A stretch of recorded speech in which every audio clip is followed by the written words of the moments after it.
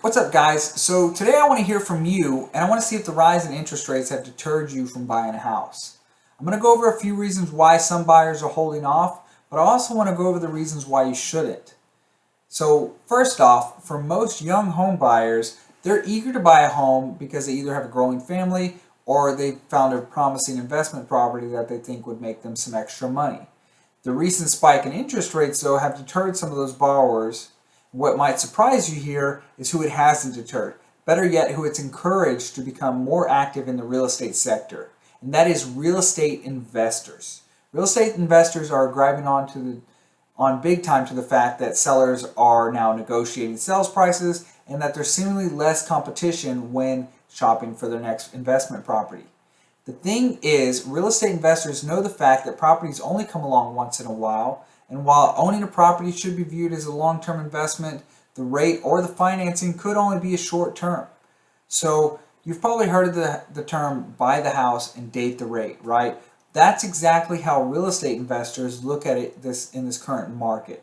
They in fact, they probably think that it was more difficult in the red hot market in the months past due to the amount of competition they had. They were competing with or needing to put all cash offers on properties in order to obtain them and win the contracts. And now sellers may be allotting them more time on contracts to obtain financing and not have to part with all that hard earned cash up front. They understand that in as little as 6 months, rates could be better and they could refinance if that makes sense. So it's a funny thing when the market gets like this because there's another saying that goes, be fearful when others are greedy and be greedy when others are fearful by Mr. Warren Buffett. And that's thrown out the window by most people when the market's fearful because it's harder to have the courage to go out and take advantage of opportunities when the news and the media everywhere is telling you to be fearful. It's usually too late when most people get the courage because that's when the rest of the market also gets the courage. Just like in this market, while there's still a low supply, imagine this, if rates dropped, think about the amount of competition that will re-enter the market and how much harder it could be to buy a house or how much more you could end up spending on price, right? Savvy investors know that. And they don't want to wait until everyone's back in the market because right now they could have it all to themselves and have the potential to buy higher class properties that they normally wouldn't be able to get their hands on since these properties are only staying on the market for a few days before going under contract.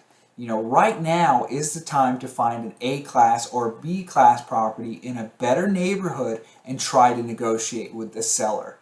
The C class and the D class properties in the lower valued areas are going to be the first ones to lose value in times of a housing market crash. But better neighborhoods hold their value much better and tend not to lose much even as the market declines. So when the market rises, again, those neighborhoods are the first to appreciate and the fastest to appreciate. So they'll create much more equity in your property a lot sooner that you could eventually pull from those properties in order to use on other deals. And that's how you have to think as a real estate investor. So as a buyer, you need to have a long-term approach to this and know that real estate investors don't stop working every single day. They're looking at houses, they're evaluating deals, and they're trying to find one that makes sense. And if you act like a normal buyer, most buyers are thinking, oh, we'll just wait 6 months and the rates will come down and we'll be better off. But you're not, because then there's going to be that much more competition because that's what all the normal buyers are thinking. So in this 6 months, if you're looking every day, you could find a property that's still perfect for you, still fits your budget, and still gets you in to the payment that you need because, get this, there are lenders out there with programs that can help you offset some of these rates right now. So what I want you to do, if you're watching this, is go check with lenders in your state to see if they offer programs that may help you during this market and see what kind of deals they can offer you because they may be offering you something like a 2-1 buy down that buys your interest rate down 2 points in the first year, 1 point in the second year, and then gets you to the rates we're at today. That gives you 3 years for the market to improve.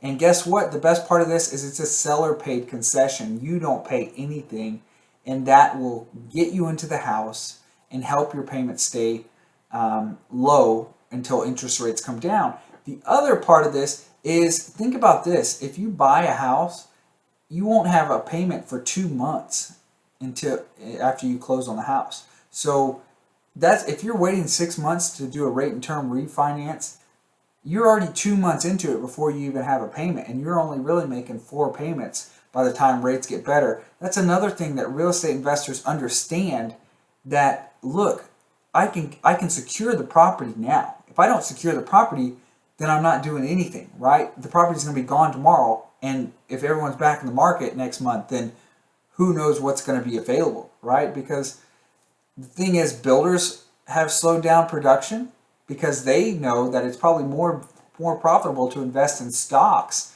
right now, in their own stocks, and a rebound on that happen than to continue building. So the supply is not going to just dramatically increase. When the Fed decides to flip the switch and subsidize rates because they've done it too far, rates are going to drop, and there's still not going to be a ton of inventory, right? So there's going to be much more competition fighting over the same houses.